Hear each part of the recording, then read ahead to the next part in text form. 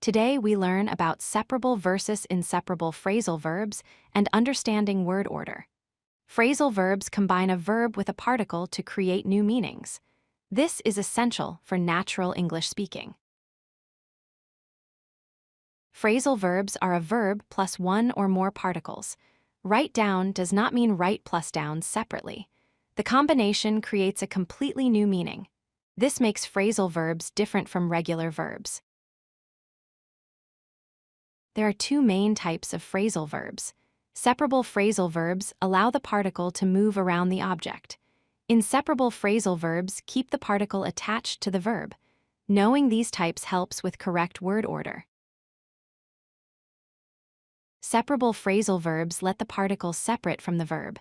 The object can go between the verb and particle or after both. This gives flexible word order options. Both positions work correctly. Inseparable phrasal verbs cannot separate the particle from the verb. The object must always come after the complete phrasal verb. Fixed word order is required. You cannot put the object between verb and particle. Turn off the light works correctly. Turn the light off also works correctly. Pick up your toys is right. Pick your toys up is also right. Both word orders are acceptable for separable phrasal verbs. Look after the baby is correct. Look the baby after is wrong. Get over your cold works. Get your cold over does not work. The object stays after the complete phrasal verb. Pronouns must always separate separable phrasal verbs. Turn it off is correct. Turn off it is wrong. With pronouns like it, him, her, them, the pronoun goes between verb and particle.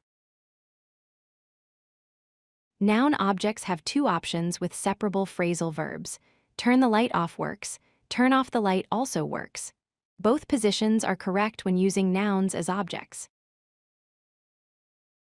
Here are the quick rules. Separable phrasal verbs can split with objects. Inseparable phrasal verbs keep objects after the complete verb. Pronouns always split separable verbs. Practice these patterns for natural English. If you like this video, hit that like button and don't forget to subscribe. Visit codelucky.com for more such useful content.